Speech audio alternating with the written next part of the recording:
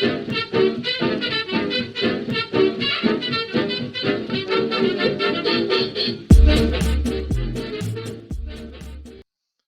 The Mandalorian Season 2 just released, and I thought I might as well do a review of it instead of doing a boring Christmas episode, so let's jump straight on in. This series picks up after the end of Season 1. The Mandalorian is tasked with returning Baby Yoda to the Jedi. Episode 1 opens up with the Mandalorian's arrival on Tatooine, where he is told that he may be able to find other Mandalorians who he believes can help him find a Jedi. However, it turns out that there is no Mandalorian on the planet and it is just some dude wearing some familiar looking armor. Mando wants the armor back, but the dude will only give it to him if he helps him complete a side quest. Oh dear, this reminds me of the second episode of Season 1. Anyways, Mando agrees, and it turns out that they have to stop a big sand dragon thing which has been terrorizing the locals. It has also been attacking the Tusken Raiders village. So, Mando decides to make the villagers and the Tusken Raiders work together. Luckily, they manage to take out the dragon, and the guy gives Mando his armor. And that concludes episode 1.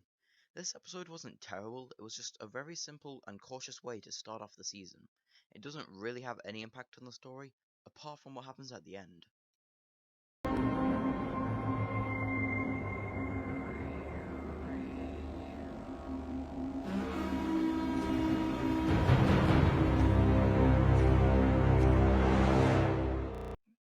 Anyways, episode 2 has to be the most pointless and worst episode in the entire season. It is just really a filler episode. So, the Mandalorian decides to help some frog lady transport her very precious eggs to her husband in exchange for information on where to find other Mandalorians. On the way to her home planet, they are stopped by some X-Wings who want to arrest Mando for his role in the prison break earlier on in the last season.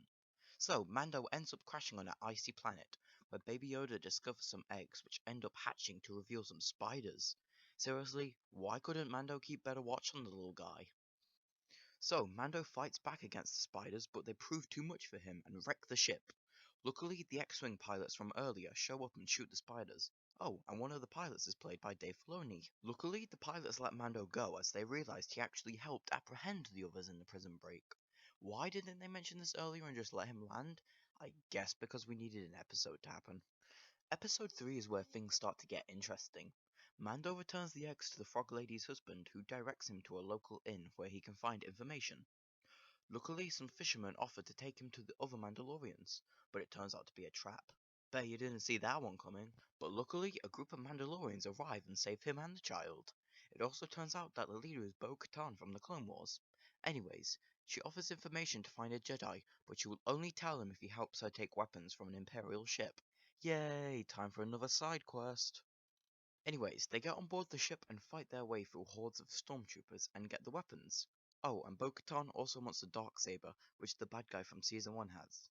So, that concludes Episode 3, which is a fun episode that provides fan service by bringing back a popular character, but it's nothing more than a side quest episode.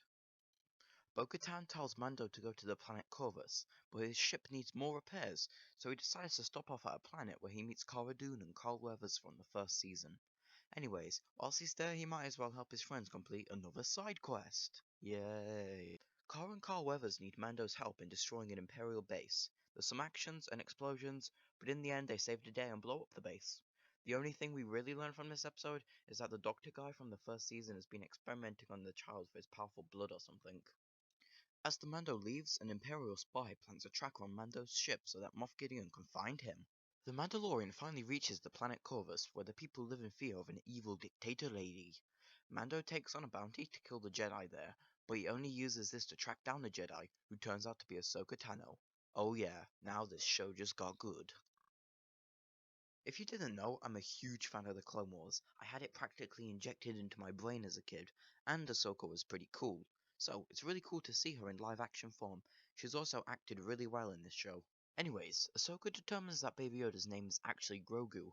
She agrees to train him only if Mando helps her take out the evil dictator lady. Side quest time.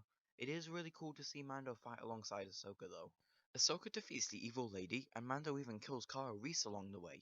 However, Ahsoka refuses to train Grogu after seeing his close attachment to Mando, so she directs him to a Force temple on some planet. That episode was cool, but pretty pointless I guess. It was a way to reintroduce Ahsoka and set up future adventures for her.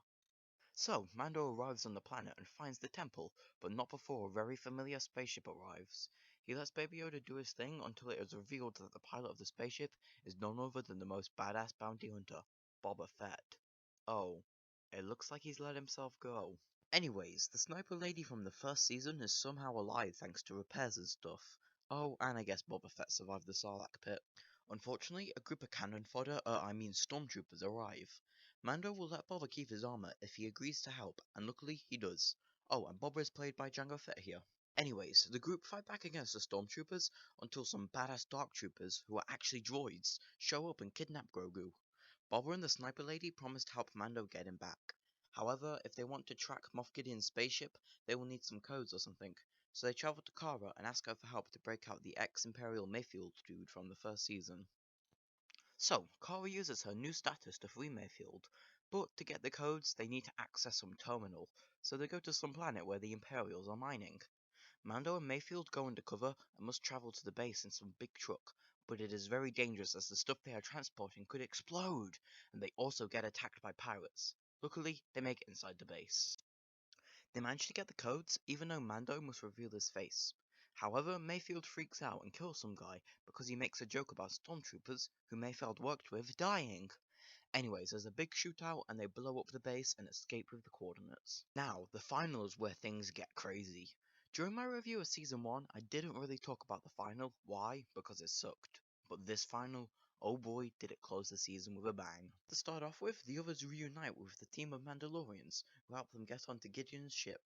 There they battle their way through hordes of stormtroopers, and Mando even faces off against Gideon. Mando manages to get Baby Yoda, and he also gets the Darksaber, which he tries to give to Bo-Katan, but she refuses, saying some bullshit about it needing to be won in battle, even though that creates a giant plot hole which I don't need to go into. Anyways, the Dark Troopers are dispatched, and it looks like all hope is lost, until a single X-Wing arrives, and the pilot gets out. He brushes his way through all the Dark Troopers, and he looks kind of familiar. The Jedi robe, green lightsaber, gloved hand, and epic fighting skills? No, it can't be. Jar Jar Binks! Oh wait, no, that's Luke Skywalker. Now, this is one scene that had caused a big reaction, which involved most people acting like this.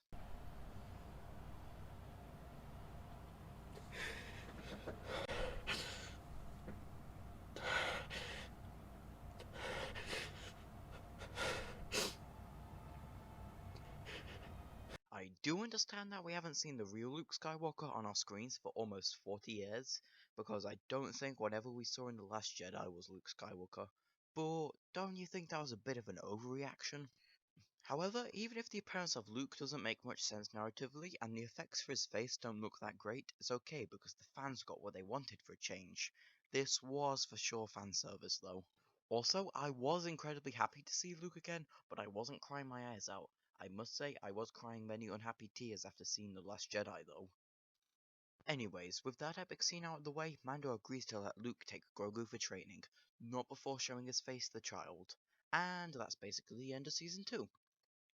But wait, in an after credits scene, we see Boba return to Jabba's palace and take it over, which then sets up another Star Wars show. And I must say that Disney is releasing and planning probably too many Star Wars TV shows.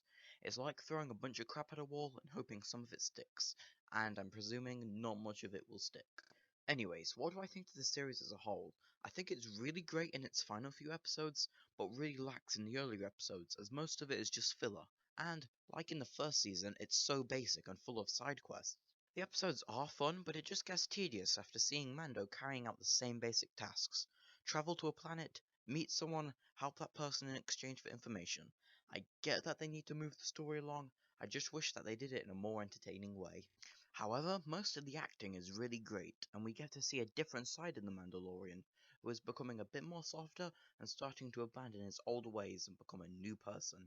It is really great to see characters return from Season 1, and it's also nice to see some fan favourites return, even if their only purpose is to set up future TV shows. Overall, the show is a perfect continuation of Season 1, and it manages to entertain old fans who just want something similar to the movies that they love, and it also is entertaining for new fans.